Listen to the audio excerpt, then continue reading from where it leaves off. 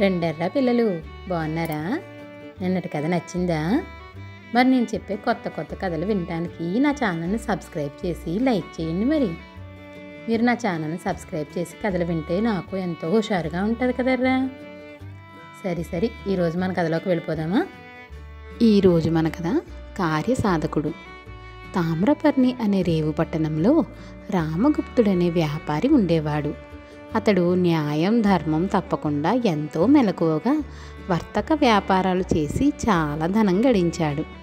కొడుకులు మురహరి నరహరి అనేవాళ్ళు పెద్దవాళ్ళయ్యాక రామగుప్తుడికి సముద్ర వర్తకం ప్రారంభించాలన్న కోరిక కలిగింది.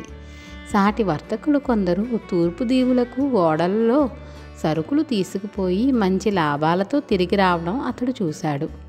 ఓడల మీద సముద్ర ప్రయాణం చాలా శ్రమతో కూడిన పని.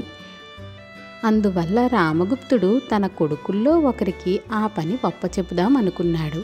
కానీ కొడుకులిద్దరూ కొత్త ప్రదేశాలు చూడవచ్చన్న ఉత్సాహంతో నేనంటే నేనని పట్టుబట్టారు.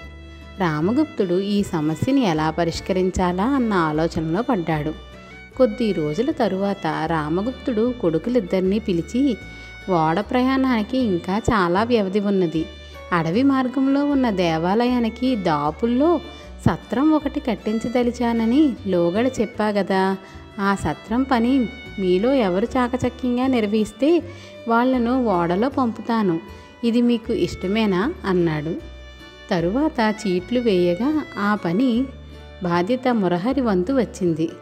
మురహరి సత్రం కట్టించే ప్రదేశానికి వెళ్ళాడు. త్వరలోనే రాళ్ళు సున్నం వగైరాలతో పాటు మేస్త్రీలు కూడా వచ్చారు. అక్కడ ఉన్న చెట్టు చేమ కొట్టడానికి, రాళ్ళు మోయడానికి, ఏటి నుంచి నీరు తెచ్చేందుకు కూలీల అవసరం కలిగింది. పట్నం నుంచి వాళ్లను తీసుకురావడం చాలా ఖర్చుతో కూడిన పని గనక సమీపంలో ఉన్న కోయగూడెంలో కూలీల కోసం మురహరి ప్రయత్నించాడు. కానీ వాళ్ళు రామన్నారు.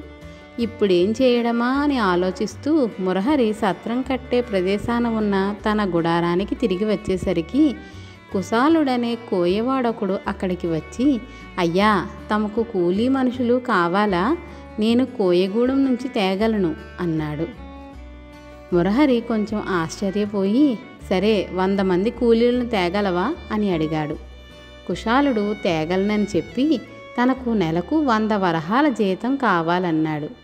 మురహరి అందుకు ఒప్పుకున్నాడు. కుశాలుడు ఆ మర్నాడే కోయగూడెం నుంచి కూలీ వాళ్లను పిలుచుకు వచ్చాడు. సత్రం కట్టే పని చురుకుగా సాగిపోతున్నది. ఒకనాడు రామగుప్తుడు సత్రం పని ఎంతవరకు పూర్తయిందో చూద్దామని వచ్చాడు.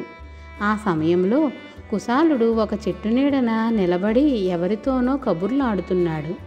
రామగుప్తుడు కొడుకు ద్వారా కుశాలుడికి ముట్టుతున్న జీతం సంగతి తెలుసుకుని, నీడపట్టున కబుర్లతో కాలక్షేపం చేసేవాడికి అంత జీతం ఎందుకు?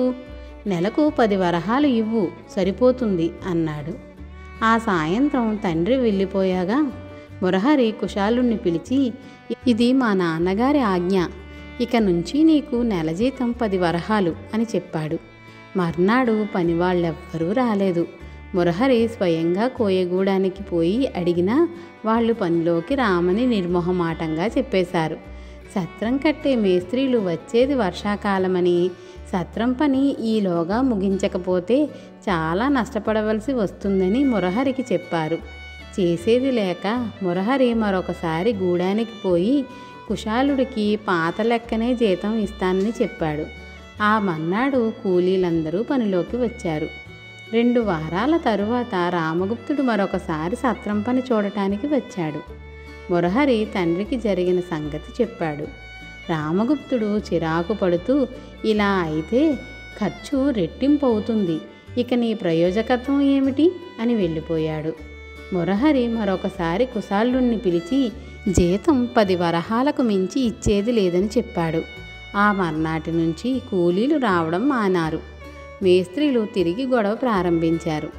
మురహరి పని అడకత్తెరలో చిక్కుకున్నట్టు అయ్యింది. అతడి ఇంటికి పోయి తండ్రితో సత్రం కట్టించే పని తన వల్ల కాదని చెప్పేశాడు. రామగుప్తుడు చిన్న కొడుకు నరహరిని పంపాడు. నరహరి వస్తూనే కుశాలుణ్ణి పిలిచి, నీకు నెలకి 10 వరహాల కన్నా జీతం ఇవ్వను, అది మా నాన్నగారి ఆజ్ఞ. ఇకపోతే పని వాళ్ళందరి మీద పెద్దగా వ్యవహరిస్తున్నావు గనుక రోజుకు 3 వరహాల భత్యం అదనంగా ఇస్తాను. ఇష్టమైతే మీ వాళ్ళందరినీ పనికి రమ్మను, లేకపోతే పట్నం నుంచి రేపీ పాటికి మనుషుల్ని పిలుచుకు వస్తాను అన్నాడు. కుశాలుడు 1-2 క్షణాలు మనసులోనే లెక్క వేసి చూసుకుని చిన్నగా నవ్వి, అలాగే కానివ్వండి, అంతా తమదయ్య అన్నాడు.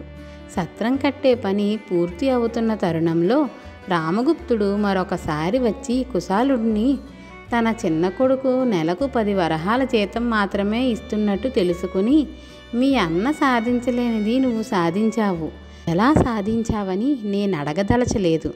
అదంత ముఖ్యం కాదు. భాష కూడా తెలియని పరాయి దేశాలకు పోయి వర్తకంలో నెగ్గుకు రావడం మాటలు కాదు గదా. నువ్వు కార్యసాధకుడివి, నిన్నే ఓడవర్తకానికి పంపదలిచాను అన్నాడు. ఈ సంగతి విన్న మురహరి ఆశ్చర్యపోతూ తమ్ముడి దగ్గరకు వచ్చి కుశాలుణ్ణి 10 వరహాల నెల జీతానికి ఎలా ఒప్పించగలిగావని అడిగాడు. కర్ర విరగకుండా పాము చావకుండా పని జరపవలసిన సందర్భాలు కొన్ని వస్తుంటవి. కుశాలుడికి నెలకు 10 వరహాల జీతం ఇస్తూ రోజుకు 3 వరహాల భత్యం ఏర్పాటు చేశాను. ఆ 3 వరహాలు నాన్నగారు నా ఖర్చులకని ఇచ్చిన డబ్బుల్లోంచి చెల్లించాను. సమస్య సునాయాసంగా పరిష్కారం అయిపోయింది అన్నాడు నరహరి. ఇంత చిన్న ఉపాయం కూడా నాకు తోచలేదు. ఇక నేను సముద్రవర్తకం చేసేదేమిటి? ఆ పనికి నువ్వే తగుదువు అంటూ మురహరి తమ్ముణ్ణి మెచ్చుకున్నాడు. పిల్లలు, కథ నచ్చిందా? అయితే లైక్ చేసి షేర్ చేయండి, మరి అలాగే సబ్స్క్రైబ్ కూడా చేయండిరా. పిల్లలు, నా కథలు ఎలా ఉన్నాయో మీరు కామెంట్ల రూపంలో కూడా పెట్టండి. అలాగే మీరు ఎలాంటి కథలు వినాలనుకుంటున్నారో కూడా నాకు కామెంట్లలో పెట్టండి, సరేనా?